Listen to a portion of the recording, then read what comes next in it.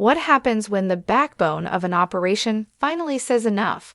In the high-stakes world of Gold Rush, we've seen plenty of drama, breakdowns, and explosive moments. But sometimes the most powerful moments are the quiet ones. And Chris Doumitt's resignation from the Gold Room is exactly that kind of moment that hits you right in the gut. If you've been following Gold Rush, you know Chris wasn't just another crew member. He was the guy who held everything together when the world was falling apart. The man who could coax broken equipment back to life with nothing but determination and a wrench. But this season, something changed. The legend who seemed unbreakable finally reached his breaking point, and the way it happened will surprise you. Chris Doumitt didn't start as a gold miner. He was thrown into this world as a carpenter, a builder who found himself in the middle of a gold fever with nothing but a toolbox and that signature half-smile. But here's the thing about Chris. He didn't just adapt to the chaos of gold mining. He became calm in the storm. For years, Chris was the guy everyone leaned on. When equipment broke down in the dead of night, Chris was there. When the pressure mounted and everyone else was ready to call it quits, Chris rolled up his sleeves and got elbow deep in the mud. He wasn't chasing camera time or headlines. His worth was measured in uptime, in crises that didn't become disasters, in crews that made it through impossible shifts without falling apart. The Gold Room became his domain, and he ran it with a precision that was almost sacred. Every speck of gold that passed through his hands got treated like it was the last. That kind of dedication doesn't just happen. It's forged through years of frozen valves, shattered belts, and engine room floods that would break most people. This season started like all the others. Big talk, bigger goals. Parker Schnibel wanted 10,000 ounces, a number that hung in the air like fog. Thick, heavy, and impossible to ignore. It sounded brave on camera, but everyone on site knew what it really meant. Longer days, fewer breaks, and more broken things to patch up. Big Red, Roxanne, and Bob were all running, simultaneously grinding, screaming for attention. 3 plants meant 3 times the stress, and Chris stood right in the middle of it all. The man between disaster and delivery. The Sull boxes gurgled with slurry, loaded with promise. But every load dumped brought a new kind of tension. As Chris put it himself, right now, I don't think all the coffee and the cigars in the world is going to help. And if I create a bottleneck, it's going to jam up everything. It's going to cause horrific problems. The screen shook, pumps threatened to stall, and lines buckled under pressure. But Chris held it all together with a wrench in one hand and exhaustion hanging off the other. He wasn't just the Gold Room guy. He was the guy who knew how to keep the soul of the mind from flatlining. Here's what most people don't understand about burnout. It doesn't announce itself with fireworks. It starts as a whisper, building slowly until by the time it roars, it's already too late. For Chris, that whisper turned into a scream right around mid-season. The crew was stretched so thin, the ground beneath them practically cracked. Parker, laser-focused on that 1,000-ounce dream, wasn't pulling anyone off machinery to help. Not one person that left Chris alone in the Gold Room, watching buckets pile up like thunderclouds. He never complained, not once, but that didn't mean he was okay. Something changed in his posture. His steps grew slower. His shoulders didn't bounce back the way they used to. The fire in his eyes dimmed, not gone, but flickering. The breaking point wasn't dramatic. There was no meltdown, no slamming of tools. Chris just started wondering out loud, in short, cautious sentences, if he had reached the end. And that was terrifying, because when a man like Chris begins to doubt, it sends a ripple through the whole crew. Recognizing that Chris needed help, the team made a crucial decision.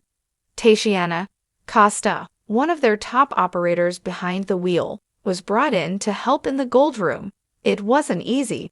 Mitch and Tyson weren't thrilled about losing her from the machines, but Chris needed help. More than they needed perfect haul, cycles. We'll just take Tatiana, Parker decided. Tatiana, perfect. Thank you so much. Appreciate it, buddy.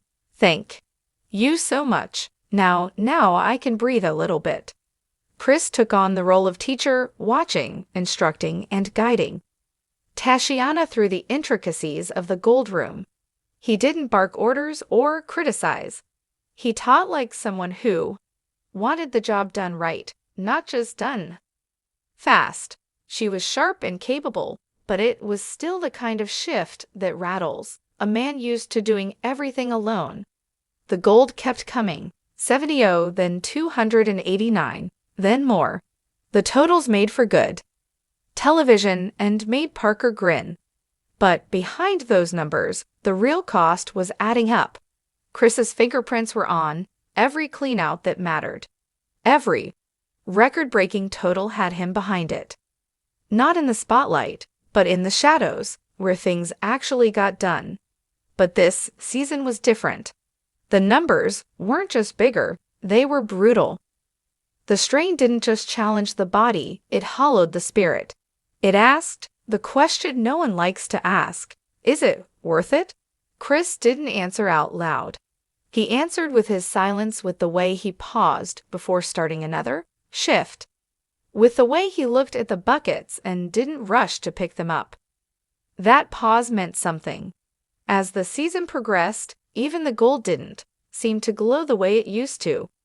There was a moment, small, intimate, unfilmed, where Chris stood over the soul box, arms covered in grime, staring at gold, sparkles in the collection tray. Not much, just a few solid ounces, enough to feel good about. But he didn't smile, didn't nod, didn't react. He just stared, and then he walked away. That was the moment, the shift, the realization that even the gold had lost its magic. I told Parker I would stay on the job until either it's not fun anymore or I can't do it anymore. We're getting very close to the I can't do it anymore. The decision to leave wasn't made in anger or frustration. It was made in those quiet moments between cleanups, during tool checks, while waiting for the next load. The kind of moments that give you clarity when the rest of the world is screaming. He looked at the machines, the crew, the gold, and for the first time he saw it from a distance, not as something to conquer, but as something he had already conquered. He had given everything, and now he was giving himself permission to stop. When Chris finally walked away, he left the gold room cleaner than he found it. Tools aligned, machines checked, buckets stacked. Even on his way out, he was holding things together, making sure everything would keep running without a hitch. His absence didn't hit all at once. It crept in through the little things, a question no one had the answer to, a fix that took longer than usual, a moment of silence where a laugh used to be. Parker, for all his drive and strategy, understood what he had lost. Chris wasn't just a worker. He was the example. The man who didn't flinch, who didn't quit, who made it look easy even when it wasn't. Tatiana stepped up admirably, adapting quickly to the gold room's demands, but even she admitted quietly that there was something sacred in how Chris used to run the place. Sacred not because of superstition, but because it was earned through years of dedication and expertise. In the end, Chris Doumitt proved that legends aren't just made by what they accomplish, but by how they choose to step away when the time is right. He gave it his all, and when there was nothing left to give, he had the wisdom to stop. That's not quitting, that's mastery.